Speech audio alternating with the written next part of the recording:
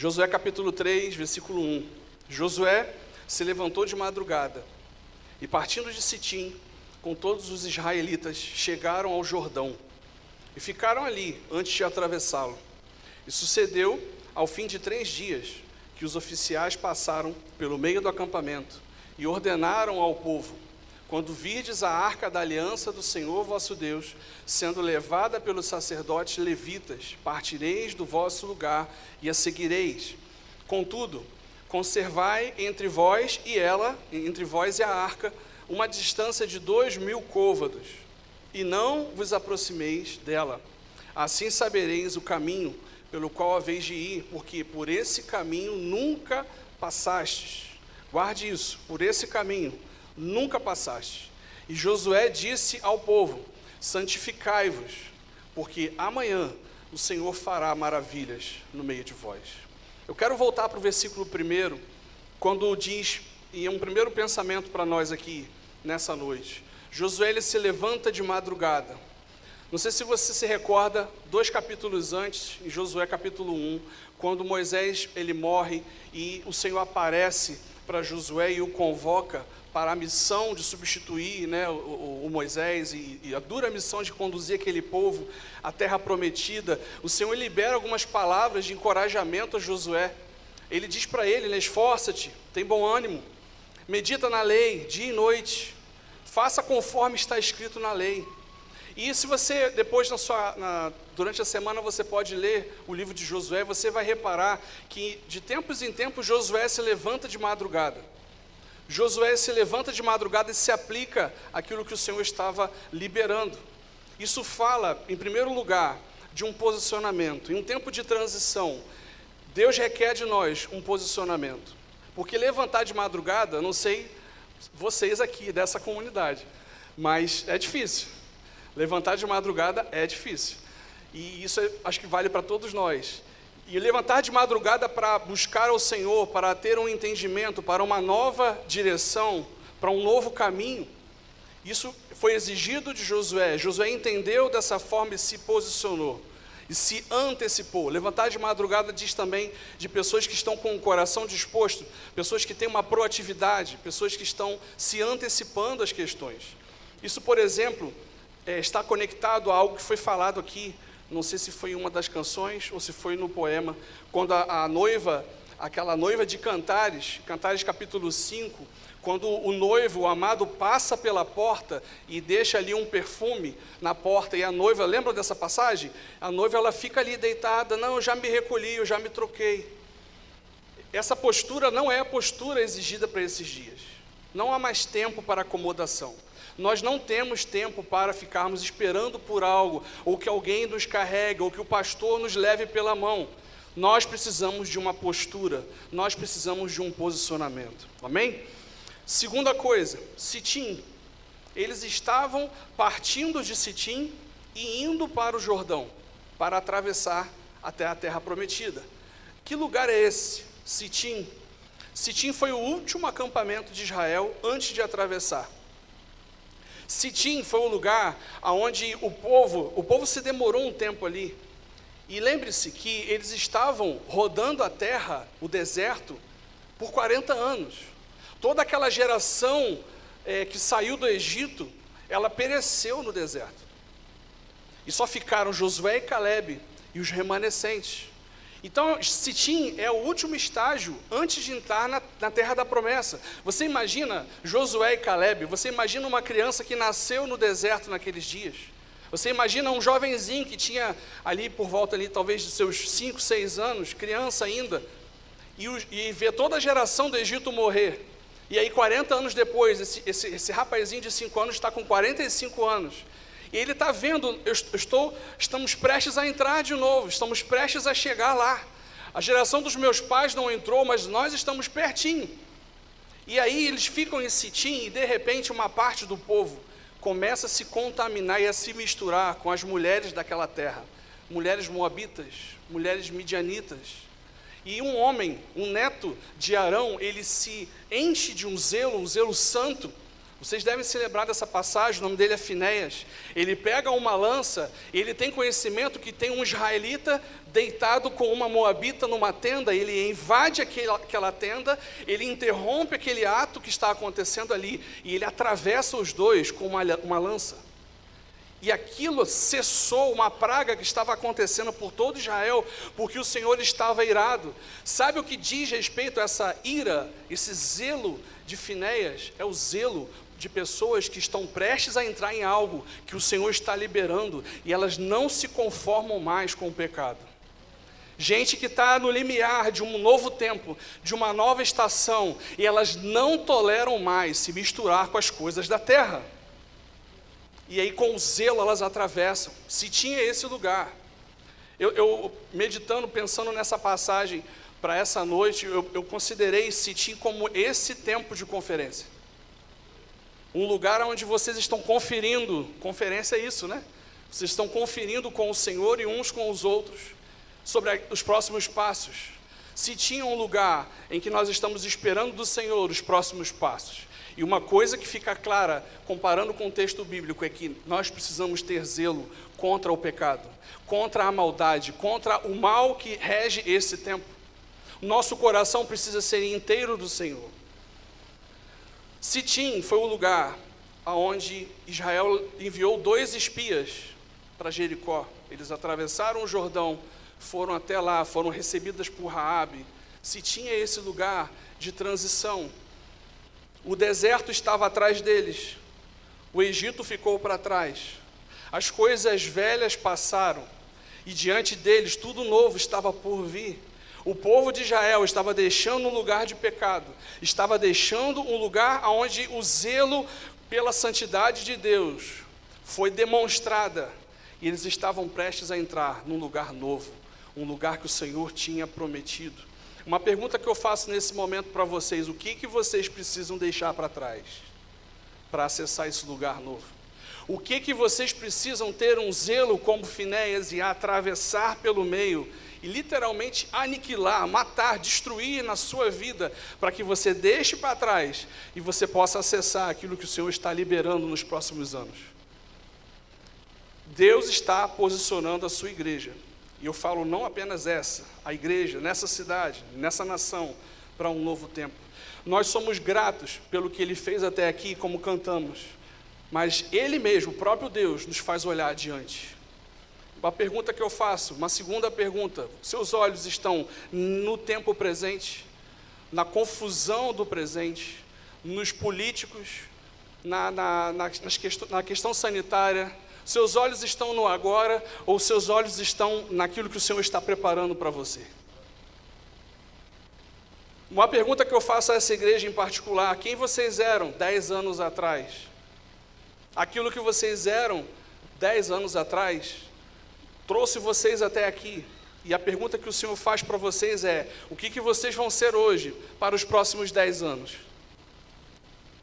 O que Deus está pedindo de vocês hoje, para que vocês possam se tornar aquilo que está no coração dEle para os próximos 10 anos?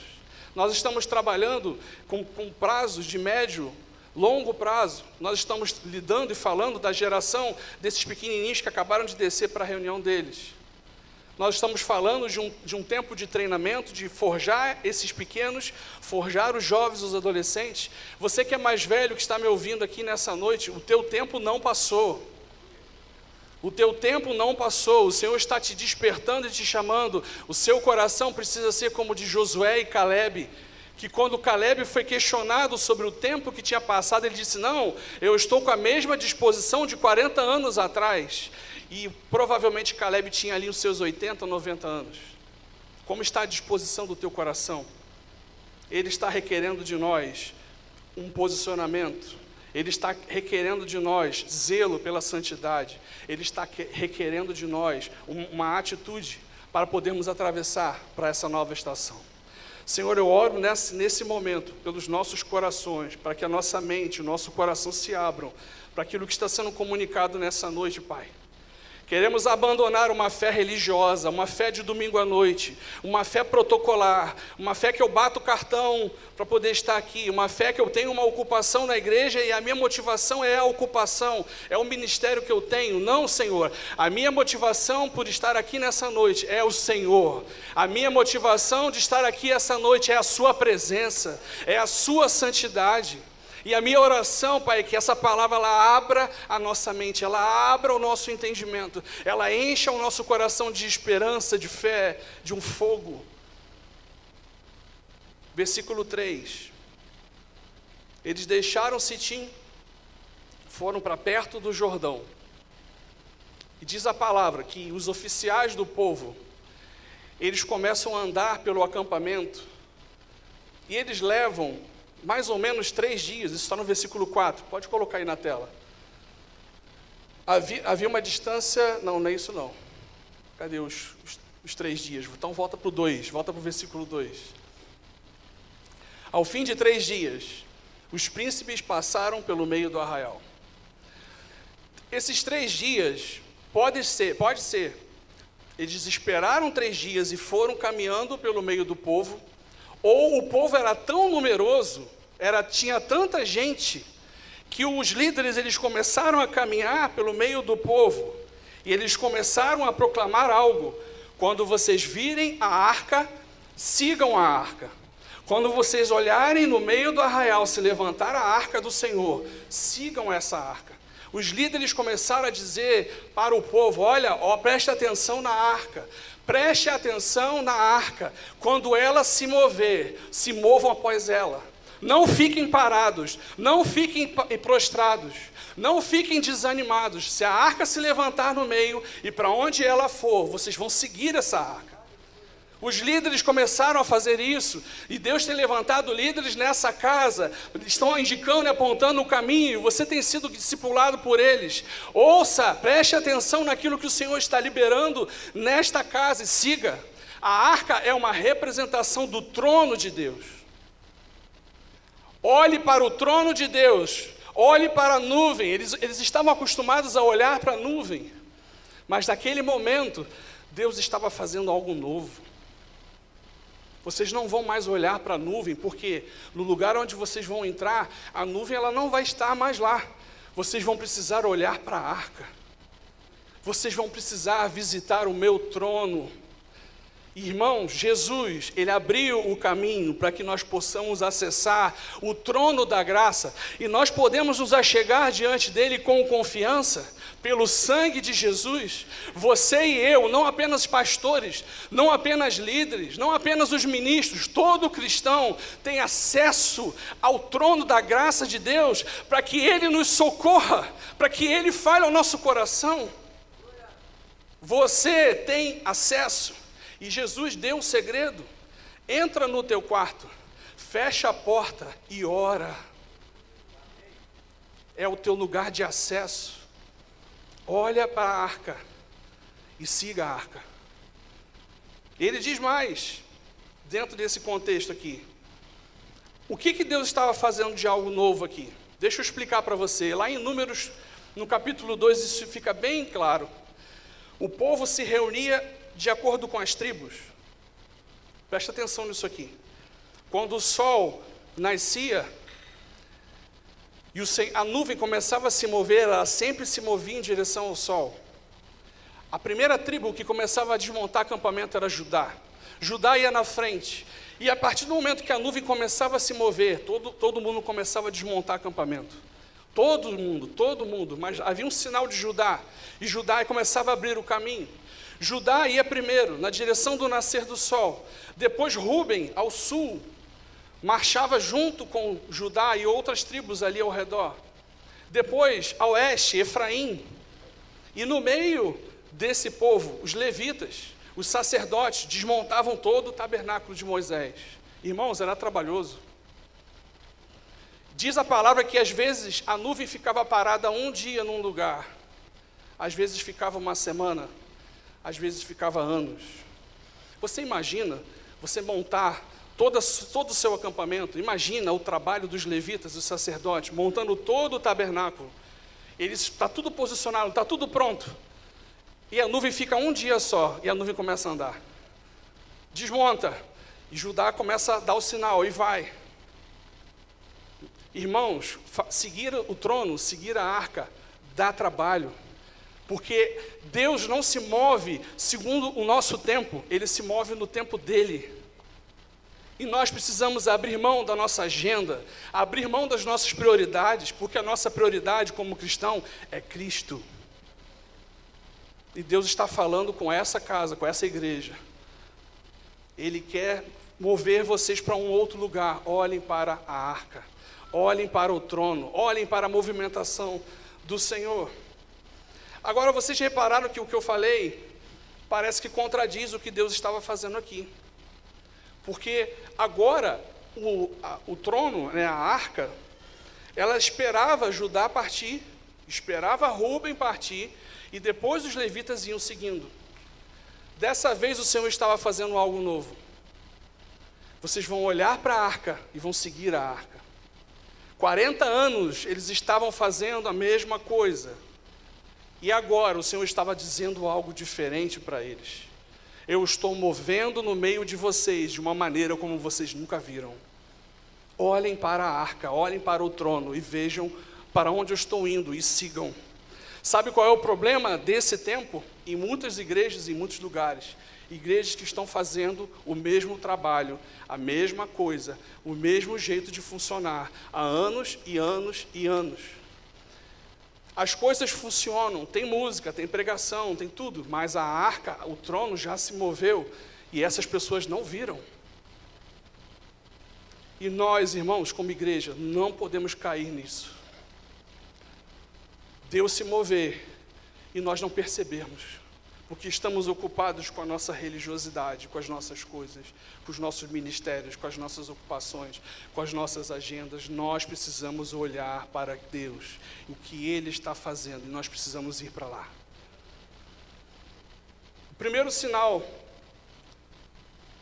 da arca se mover em primeiro lugar é: eu estou indo na frente de vocês. Até então, eu estava no meio de vocês, mas agora estamos indo para uma nação estrangeira, e eu estou dizendo para vocês, eu vou na frente, eu vou abrindo o caminho para vocês. Isso é muito interessante, que quando a gente lê, por exemplo, o Salmo 46, abra lá sua Bíblia um instantinho, Salmo 46.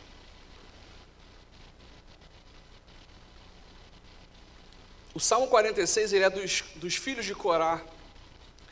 Os filhos de Corá, eles dirigiam o canto do tabernáculo de Davi depois que a arca já tinha encontrado repouso na terra prometida.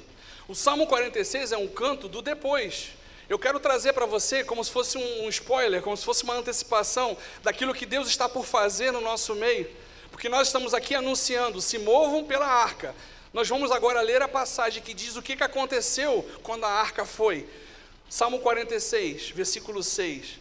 As nações se enfurecem, os reinos se abalam, ele levanta a sua voz e a terra se dissolve. O Senhor dos exércitos está conosco, o Deus de Jacó, ele é o nosso refúgio. Vinde, contemplai as obras do Senhor, que devastações ele fez na terra. Ele acaba com as guerras até os confins do mundo. Ele quebra o arco, ele despedaça a lança, ele destrói os carros com fogo. Aquietai-vos e sabei que eu sou Deus, eu sou exaltado entre as nações, eu sou exaltado na terra. O Senhor dos exércitos está conosco, o Deus de Jacó é o nosso refúgio. Esse cântico é um cântico dos vitoriosos, daqueles que viram a arca e seguiram. E o que o Senhor fez no trajeto da arca, você conhece a história. Ele foi destruindo todos os inimigos daquele território. Começando por Jericó, todos foram caindo, um por um, porque aquele povo obedeceu e seguiu a arca, e eles foram entrando na terra prometida e tomando posse dela. Agora, o mais interessante é que esse Salmo 46, os verbos, eles estão no presente. Sabe o que isso significa? Que Deus, ele não era conosco, ele está conosco. Hoje, ele é o nosso Senhor hoje. Ele faz as mesmas coisas hoje. Não apenas lá, mas aqui também. E Ele continuará fazendo, porque Ele é Deus, Emanuel, Deus conosco. Ele está conosco. Irmãos, presta atenção numa coisa. Romanos 8 diz que dentro de mim e de você, o Espírito Santo habita. E que ao lado do Pai, à direita do Pai, Jesus está lá. Qual é a obra do Espírito Santo dentro de nós? Ele está dentro de nós com gemidos inexprimíveis, orando, intercedendo por nós. Sabe o que significa isso? Orações que você nem imagina, o anseio mais profundo da sua alma, o Espírito Santo conhece. A imagem que está ali em Romanos 8 é de alguém com uma tocha acesa e vai entrando num quarto grande, como talvez esse salão, cheio de coisas, cheio de bagulho, cheio de coisas, e aí tem alguém procurando com uma tocha, iluminando, até achar. O Espírito Santo está dentro do seu coração, como esse que procura, até encontrar aquele gemido, aquele clamor, aquele anseio mais profundo que você nem consegue dizer. O Espírito Santo conhece, e quando Ele pega esse gemido do seu coração, Ele apresenta para o Pai em intercessão. Aqui está o gemido do teu filho.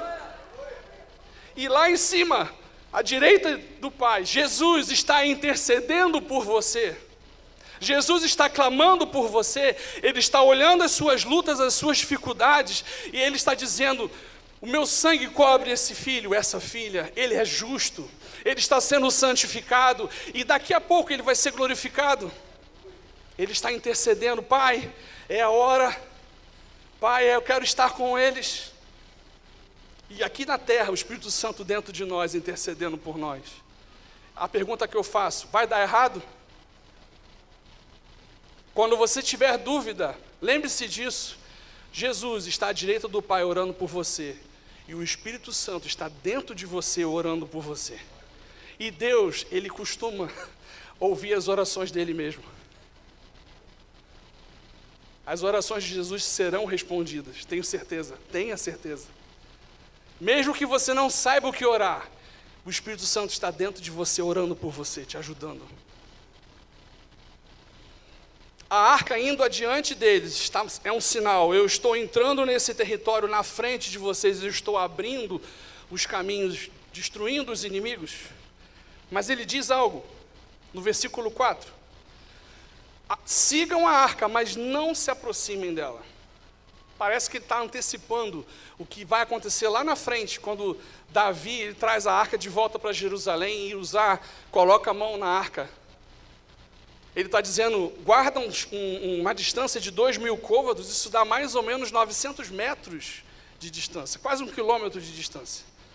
Não era como a gente imagina, era bem longe, 1 quilômetro praticamente de distância. E aqui uma advertência: cuidado com a familiaridade da presença, porque a arca ficou na casa de Uzá muitos anos. E quando Davi foi buscar a arca, ele estava muito familiarizado. E, gente, o trono de Deus, ele é acessível, mas ele ainda é santo. Ele ainda é um fogo que consome. Nós precisamos guardar o temor nesse tempo de transição. Nós precisamos ter temor. Gente, a igreja brasileira precisa de temor. Nós nos julgamos, evangélicos demais, cristãos demais, sabe? No sentido da arrogância. Que vamos conquistar, e vamos ter lá um presidente, vamos ter isso, vamos ter aquilo. Irmãos, nós precisamos olhar para a arca, e nós precisamos guardar o temor, porque o Senhor, Ele nos dá acesso, mas Ele ainda é santo, Ele ainda é um fogo que consome. O segundo sinal da arca ir adiante deles, fala da presença de Deus saindo do meio de Israel e tocando as nações. E isso é a graça para nós, porque a salvação vem dos judeus, e a salvação estava contida ali, mas a graça de Deus foi derramada sobre mim e sobre você. Nós não seríamos salvos se não fosse por Jesus na cruz. Nós estávamos longe das promessas, longe de Deus, mas o Verbo, Ele se fez carne, e Ele habitou entre nós, e vimos a sua glória. Os judeus viram primeiro, o rejeitaram, e a glória de Deus começou a tocar os gentios. Mas vai chegar uma hora que a glória vai ser tão grande entre os gentios, que os judeus, eles vão começar a ver, eles vão começar a se arrepender, eles vão reconhecer que Jesus, ele é o Messias esperado. E quando isso acontecer, a união de judeus e gentios, isso vai promover algo poderoso na terra, como nós nunca vimos antes. E a transição fala sobre isso. O que Deus está nos preparando e nos apontando, aponta para esse tempo. Um tempo glorioso que está chegando, irmãos. É um cheiro de chuva, sabe? Quando o vento começa a mudar, está quente, está aquele calor insuportável, de repente começa a soprar um vento diferente. O tempo começa a dar uma virada. A gente sabe que vem chuva. A percepção que eu tenho é que está vindo um grande derramado do Espírito Santo. E nós precisamos nos preparar para isso. Como igreja, nessa cidade. Tem um derramar para essa cidade. São Gonçalo é a cidade mais propícia para Deus derramar do seu avivamento. Porque de Nazaré, aonde se tinha um ditado, né? Não pode vir nada de bom de lá. O Senhor deu Jesus. De lugares escuros, como por exemplo o país de Gales, na época uma das nações mais pobres da Europa, Deus levanta um rapazinho chamado Ivan Roberts, ele começa a orar, ele começa a clamar por avivamento, envia o teu Espírito Santo, e o Espírito Santo ele é derramado naquela nação. De lugares improváveis como São Gonçalo, são lugares férteis, onde o Senhor quer derramar do seu Espírito, da sua graça. E eu percebo, eu sinto que Deus está por fazer algo poderoso. E Ele quer tocar e varrer, tocar todas as igrejas dessa cidade. Versículo 4 ainda. Assim sabereis o caminho pelo qual haveis de ir, porque por esse caminho vocês nunca passaram. Um povo rodeando o deserto por 40 anos. Eu faço mais uma pergunta para nós. Quanto tempo você mesmo, ou você conhece pessoas nessa condição, gente que está rodeando, está no deserto, rodeando. Gente que você encontra, e aí, como é que está, irmão? Eu estou na prova, eu estou na luta. É só isso que o cara tem. Aí passa um ano, e aí, meu irmão, tudo bom? E aí, como é que está? Estou na prova, estou na luta. Meu Deus do céu, que deserto gigante é esse, rodando? Irmãos, Deus está querendo tirar você desse lugar de deserto. Olha para a arca e siga a arca. Entre nessa nova estação que Deus está fazendo. Amém? Lembra de Elias, quando ele sai do meio ali, fugindo de Jezabel, da ameaça de morte que ele recebeu. Ele vai para a montanha, ele entra numa caverna, ele fica lá. O Senhor aparece para ele, tem um trovão, tem um vento, ele fica lá. E aí vem aquela vozinha suave. Aí ele sai. Agora é o Senhor. Agora é aquela voz que eu ouvia. Agora sim. Aí ele sai. Mas todo coberto, todo tapado. E Deus fala para Elias: o que você está fazendo aqui, Elias? Aí ele fala: mataram os profetas, não tem mais ninguém em Israel que segue o teu nome. E Elias fica reclamando. E Deus vira de novo para Elias e fala: o que você está fazendo aqui, Elias? Quantas perguntas repetidas você ouviu ou tem ouvido? Talvez perguntas que foram feitas nessa conferência, sexta, sábado e domingo, e você está ouvindo repetidamente. A questão é, você continuará dando a mesma resposta ou você vai ter um posicionamento diferente?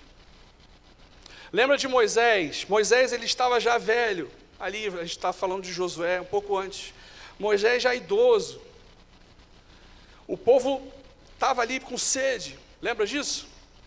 E Deus fala para Moisés: Moisés, fala a rocha. Moisés faz o quê? Ele fala a rocha? Não, Moisés pega o cajado e bate na rocha. Por quê que Moisés bate na rocha? Porque anos antes, Deus tinha dito para Moisés: bate na rocha. Ele bateu e a água saiu. Só que passou o tempo, Deus fez algo novo. Fala a rocha, agora você não vai bater, fala. E Moisés faz o quê? Pega o cajado e bate, do jeito que era feito antes. E ali foi um decreto para Moisés. Moisés, se você entrar na terra com esse povo, você não vai me ouvir mais. Eu vou colocar um substituto no seu lugar. Elias, aconteceu a mesma coisa. Você não está ouvindo mais, Elias. Levanta dessa caverna. levanta Eliseu para o seu lugar. Existe uma geração que está passando de gente que não está mais ouvindo, não está mais discernindo a voz de Deus. Gente que continua fazendo coisas antigas, porque Deus fez antes desse jeito, eu vou fazer igual. Canções, maneiras de ministrar, maneiras de acessar, maneiras de comunicar o Evangelho. Irmãos, Deus está fazendo algo novo. Deus está fazendo algo novo. Nós não podemos repetir os erros dos nossos antepassados. Nós não queremos ser substituídos. Eu não quero ser substituído. Eu quero entrar na terra. Eu não quero ficar para trás. Eu e a minha família, a minha geração. Não. Eu quero entrar naquilo que o Senhor está fazendo. E para acessar algumas coisas a gente vai precisar mudar. Algum entendimento sobre a Escritura, sobre a maneira de Deus agir, vai precisar mudar no nosso coração, senão a gente não acessa. Deus está fazendo algo novo. Amém? Continuando, do versículo 5. Josué diz ao povo: santificai-vos. Amanhã o Senhor fará maravilhas no meio de vós. Santificai-vos. É uma ordem de Deus a Josué. E Josué comunica essa ordem ao povo: sejam santos. Vocês estão acessando um lugar e vocês precisam se purificar. Vocês precisam ter aquele zelo que Finéias teve de atravessar o pecado e matar o pecado, de não permitir que ele fosse transmitido e passado para a terra nova, para a terra prometida. A palavra santidade, a palavra dizer que Deus é santo, não diz respeito apenas de que Ele é separado das outras coisas, mas de que Ele é incomparável, de que não existe nada semelhante ao Senhor. Não tem a ver com aquilo que a nossa imaginação consegue pensar, é muito além. A.W. Tozer, ele diz que a santidade de Deus ultrapassa a nossa capacidade de imaginar. A santidade de Deus aborrece o pecado. A santidade de Deus exige pureza moral. A santidade de Deus provoca no homem um maravilhamento, um assombro. Moisés, quando ele viu a sarça que pegava fogo e não se consumia, ele já tinha visto aquela cena várias e várias vezes, porque é comum no deserto o arbusto pegar fogo espontaneamente. Mas ele olha para aquela sarça, ela vê uma sarça que não se consome. Ele se aproxima para ver, ele fica com medo, porque é um Deus santo. Isaías viu o Senhor assentado no alto e sublime trono, serafins, querubins, todo aquele cenário espetacular. E o que ele diz? Ai de mim, porque eu vou perecendo, porque eu sou um homem de lábios impuros, e habito no meio de um povo de impuros lábios, e os meus olhos viram o Rei, o Senhor dos exércitos. Ai de mim. Paulo, quando ele viu Jesus no caminho para Damasco, ele ficou tão sem palavras, sem ação, ele ficou tão tocado, tão impactado pela visão gloriosa de Jesus, ele fica cego, e diz lá em Atos capítulo 9, que ele fica sem comer e sem beber por 3 dias, a presença de Deus o tocou de tal maneira, a visão da glória de Deus, da santidade de Deus o tocou de tal maneira, que ele perdeu o apetite para todas as outras coisas, ele perdeu a sede para todas as outras coisas, ele foi para dentro de um quarto, ficou lá 3 dias, até Ananias chegar, e poder ir até lá e orar por ele, e ele recebeu o Espírito Santo, e desenvolver e começar o seu ministério. João, em Apocalipse, quando ele vê a voz que falava, e ele vira para ver quem falava com ele, ele cai no chão como morto. Irmãos, a igreja precisa dessa visão da glória de Deus. Nós precisamos, de novo, ser assombrados pela presença de Deus. No nosso quarto, nos nossos cultos de domingo, nas nossas reuniões em célula, no culto das crianças, nós precisamos ser impactados por essa visão. E nós precisamos desejar essa visão. É um pouco paradoxal, porque nós vamos ver algo que a gente vai morrer, vai se sentir como morto, mas, gente, é melhor isso do que a gente viver uma vida cristã, mais ou menos. Uma vida cristã no automático, apático, uma vida cristã morna como a igreja de Laodiceia. Nós precisamos da visão da glória de Deus. Somente a visão da glória de Deus vai nos fazer aborrecer o pecado e buscar a vida de Deus. Não é a leitura da palavra apenas, não é apenas a oração, não é vir aos cultos, não é dar o dízimo, é tudo isso, mais a visão da glória de Deus, experiências com Deus, experiências com o Espírito Santo. Aquela experiência que aqueceu o seu coração quando você se converteu e entregou sua vida a Jesus. Lembra dessa experiência? Lembra desse amor que toda vez que alguém cantava uma música você já começava a chorar? Foi falado aqui sobre lágrimas. Quando você ouvia falar o nome de Jesus, o seu coração já queimava. Há quanto tempo você não sente isso? Há quanto tempo você não é mais assombrado, maravilhado pela presença, pela glória de Deus, de apenas ouvir o nome de Jesus, quanto mais ser visitado pela sua presença real? Nós queremos, nós precisamos, é um caso assim de urgência, de sobrevivência. No tempo que nós estamos vivendo, nós temos muito entretenimento, nós temos muitas coisas que substituem essa presença, mas nada dessas coisas pode satisfazer o buraco que você tem no seu coração, porque Eclesiastes 3:11 diz que você tem a eternidade no seu coração, e só existe uma pessoa, um ser que pode preencher a eternidade, o Pai eterno. Você já passou por isso? Você assiste uma série que você gosta, 10 episódios, você vai se identificar comigo também, 10 episódios, acabou o episódio, parece que a sua vida acabou, você tem que esperar 1 ano para vir a próxima temporada, não dá aquele senso de, caramba, o que eu vou fazer 1 ano? Aí o que a gente faz? E o Netflix sugere, vai para outra série. E vai para outra série, maratona. Nós precisamos maratonar a presença. Maratonar a presença. Há quanto tempo você não vai para a madrugada buscar o Senhor? Dizem que a fila é menor na madrugada. Vai lá. Como se fosse, né? Porque do outro lado do mundo está o Japão, está a China, tem gente pra caramba lá também. Vai para a madrugada. Há quanto tempo você não pega a Escritura e lê a palavra de uma maneira como um estudo, sabe? Não aquela degustação ali do Salmo 23 e tal, caixinha de promessa e tal. Não, pega a palavra. Você sabia que a palavra é o único livro, esse livro aqui, é o único livro que existe em que você lê na presença do autor? E quando você lê, você pode perguntar para ele, o que você está querendo dizer aqui? O Espírito Santo, ele nos comunica das profundezas de Deus. E nós trocamos isso por Netflix.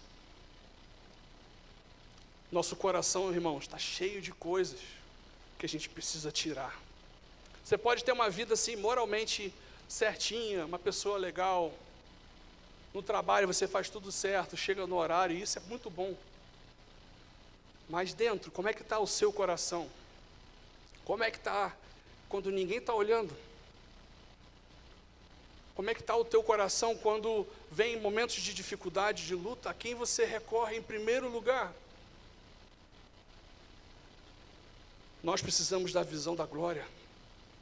Nós precisamos de novo ver a visão da glória. E Ele está nos chamando, santificai-vos. Percorra esse caminho, porque eu quero fazer maravilhas no meio de vocês. Eu quero mudar a história de vocês. Eu quero mudar a história dessa igreja. Eu quero mudar a história da igreja nessa cidade. Eu quero mudar a fama de São Gonçalo. De um lugar desprezível, de um lugar onde os políticos fazem o que querem. Eu quero mudar esse testemunho da cidade, de ser um lugar onde Jesus está, onde o Senhor habita, onde há uma igreja santa que busca a sua face com zelo, com diligência. Um lugar onde não bastará um hotel, nós só temos um hotel nessa cidade. Nós precisamos de mais hotéis, porque Deus vai mover algo nessa cidade, que as pessoas vão vir de longe para poder saber e ver daquilo que Deus está fazendo aqui, e um hotel só não vai caber. As igrejas vão precisar abrir as portas para receber os visitantes estrangeiros, não apenas brasileiros, daquilo que Deus vai fazer em São Gonçalo. Você consegue ver isso? Eu consigo ver. Eu consigo ver uma obra do Espírito Santo nessa cidade, que muita gente não está vendo agora. E você está ouvindo a minha palavra e talvez, isso é impossível isso acontecer. Deixa eu dizer para você, era possível o mundo inteiro se trancar por causa de um vírus? A gente conseguia imaginar isso? Parar a vida do mundo inteiro por causa de um vírus? Você acha que Deus não pode fazer avivamento em São Gonçalo? Você acredita mesmo que Deus não pode mudar a história dessa cidade? A partir de 1, 2, 3, 5, 10 pessoas, uma igreja, 2, 3, 4, 20 igrejas numa cidade que começam a buscar a face de Deus dia e noite e começam a ter um estilo de vida de santidade. Gente que começa a olhar para as coisas do mundo, isso é supérfluo, eu não vou gastar meu tempo com isso, eu vou começar a buscar a face de Deus. A face de Deus é melhor do que qualquer entretenimento, do que qualquer cinema, jogo de futebol. Tem gente esperando os estádios abrirem para poder ir para o jogo com mais expectativa do que estar diante do Senhor, abrindo a sua Bíblia e orando. Nós precisamos da glória, nós precisamos da visitação de Deus. Isso é urgente, porque sem isso nós não vamos resistir aos tempos que nós estamos vivendo. Você consegue entender o grau da urgência? É urgente, irmão. Sabe aquilo? É urgente. É tipo assim, não tem como viver sem isso. Não tem como ser cristão em 2021 e nos próximos anos sem a presença do Espírito Santo em nós manifesta, sem uma visitação da glória de Deus, sem sermos guiados, olhando, obedientes à arca e seguindo a arca, para atravessarmos esse Jordão e chegarmos do lado de lá. Eu quero concluir com 2 palavras. Vocês me seguram mais um pouquinho? Eu quero que você abra a sua Bíblia lá em 1 Pedro 1. A gente vai voltar em Josué para terminar. Mas eu quero passar por 1 Pedro, capítulo 1, versículo 13.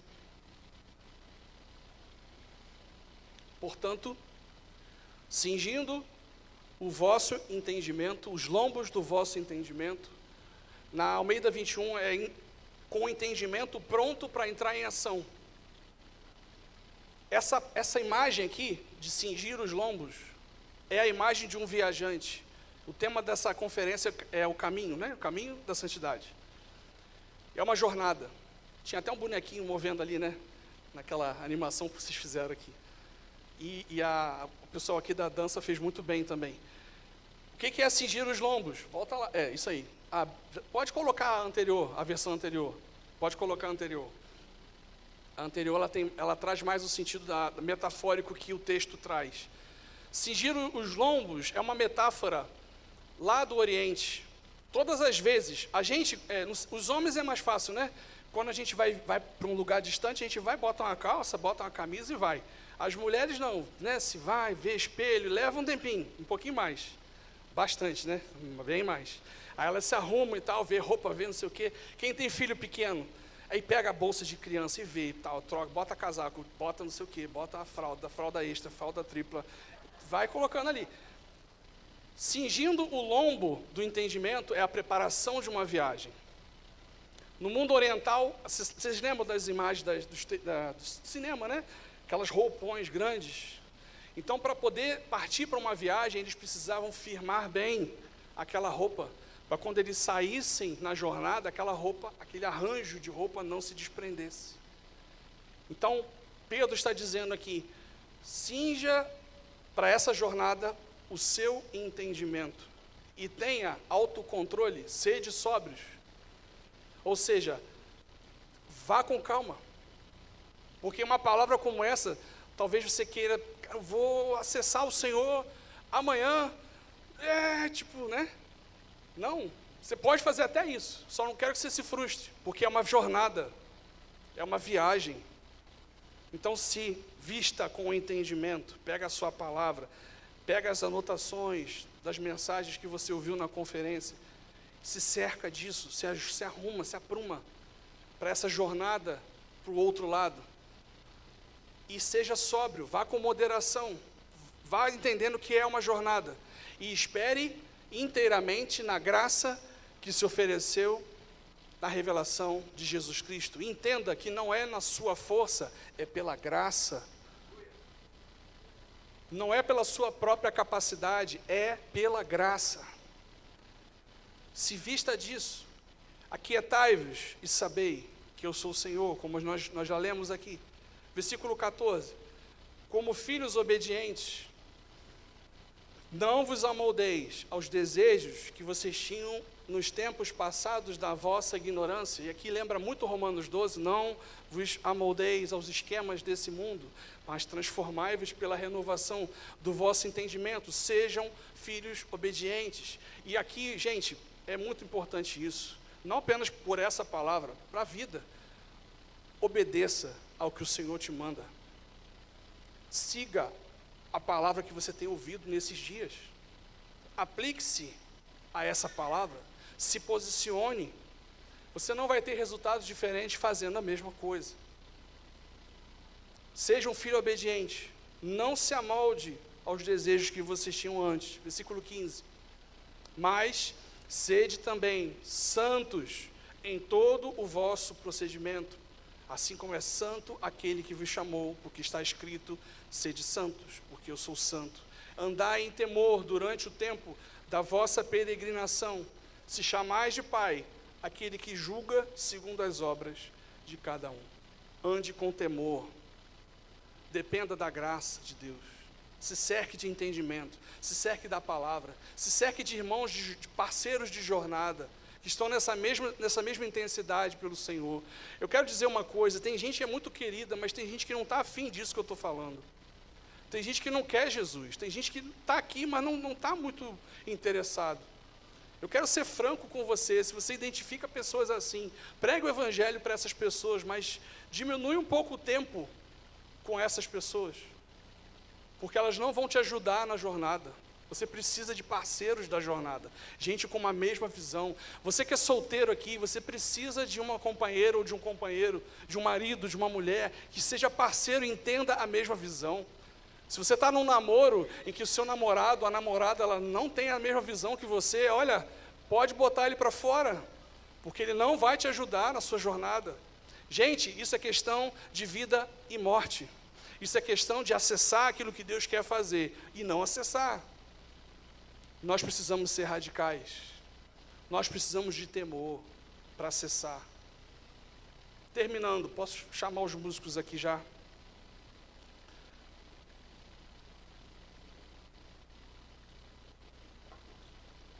Nós falamos de uma travessia, mas eu preciso concluir. Você conhece a história? A arca, ela vai, entra no Jordão e as águas são retidas. Mas eu preciso que você venha aqui comigo mais uns minutinhos, porque é muito importante essa entrada no Jordão. O que diz lá, na passagem lá de Josué 3, depois você lê em casa, eu não vou ler um versículo específico para a gente adiantar. Presta atenção aqui comigo.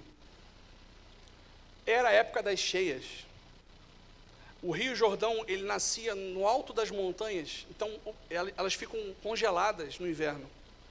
Quando se derretem na primavera, essas águas elas descem e elas tornam o Jordão um rio largo, um rio muito largo, um rio com muito volume de água.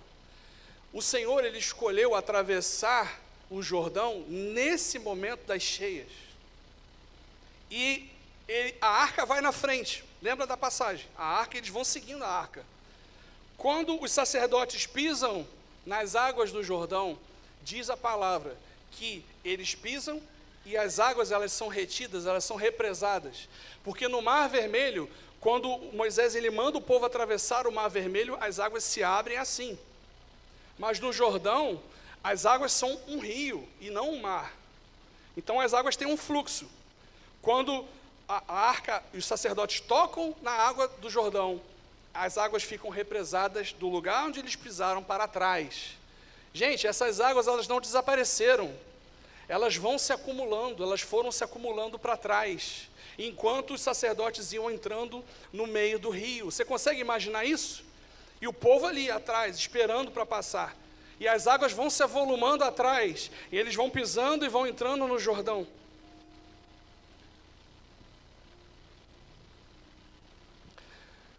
Pela descrição de Josué 3, as águas ficam acumuladas 20 quilômetros rio acima. 20 quilômetros. É como se fosse daqui a Niterói, de água acumulada para trás. Você imagina o peso dessa água e quem estava segurando essa água? O poder de Deus. E eles entram. Outro detalhe importante dessa entrada é que quando os sacerdotes eles entram e quando o povo começa a atravessar, diz lá em Josué 3,17 que eles pisam com o pé enxuto. Sabia que leva 3 dias para um terreno gramado secar totalmente? Depois de uma chuva? Você imagina o tempo que não leva o leito de um rio secar? Diz a palavra que quando o povo começa a atravessar, é com pés secos. Sabe o que isso fala? De uma geração que ela vai atravessar, e quando vierem as ondas, quando vierem as tempestades, vierem as dificuldades, esse povo não vai se misturar a essa onda de pecado, de iniquidade, de maldade. Isso vai ficar para trás. Essas pessoas vão entrar e vão acessar e vão atravessar para o outro lado com pés enxutos, com pés secos, porque elas carregam na sua testa, como os sacerdotes do Velho Testamento, santidade ao Senhor. Eles vão atravessando, eles não se contaminam com essas águas. Elas vão se acumulando e vão ficando para trás. E o povo vai atravessando com pés secos, com pés enxutos. Deus está levantando uma geração de jovens, de adolescentes com pés secos, atravessando lugares escuros dessa cidade. Jovens que vão entrar nos lugares escuros, jovens que vão entrar no salgueiro, jovens que vão entrar em lugares de tráfico de drogas, jovens que vão acessar a UERJ, as faculdades, lugares escuros, lugares tomados de ideologias, de pecado, de maldade. Esses jovens vão acessar esses lugares com pés enxutos. Eles não vão se misturar com a maldade desse tempo, porque eles carregam dentro deles, na mente deles e no coração deles, santidade ao Senhor. Eles estão olhando para a arca, estão seguindo a arca.